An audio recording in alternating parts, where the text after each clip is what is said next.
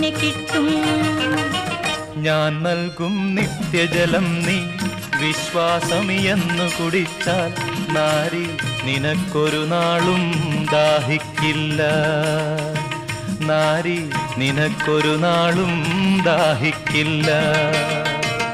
ആ ദിവ്യജലം നാഥ നൽകേണമെനിക്കൊരു പാത്രം.